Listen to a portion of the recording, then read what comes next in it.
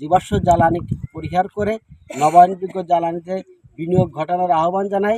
আজকে সারা বিশ্বে যুদ্ধ অবস্থা বিরাজ করছে, জীবাশ্ম জ্বালানিকে কেন্দ্র করে এই যুদ্ধ অবস্থা বিরাজ করছে। এর ফলে মানুষের জীবন জীবিকার উপর বিরূপ প্রভাব পড়ছে এবং মানুষের খাদ্যদ্রব্যের দাম বাড়ছে এবং সব জায়গায় মানুষের জীবন দুর্বিষহ হয়ে উঠছে।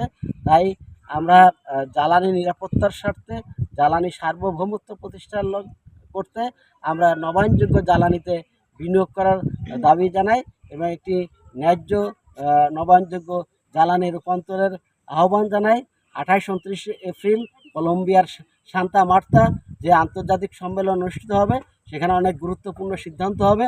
আমরা দাবি জানাই যে এই জীবাশ্ম জ্বালানি পরিহার করে নবায়নযোগ্য জ্বালানির দ্রুত রূপান্তর ঘটাতে হবে এবং এই নবায়নযোগ্য জ্বালানি খাতে বিনিয়োগ করার মধ্যে দিয়ে জ্বালানি নিরাপত্তা, জ্বালানি সার্বভৌমত্ব এবং একটি পরিবেশ বান্ধব পৃথিবী প্রতিষ্ঠা করার দাবি জানাই।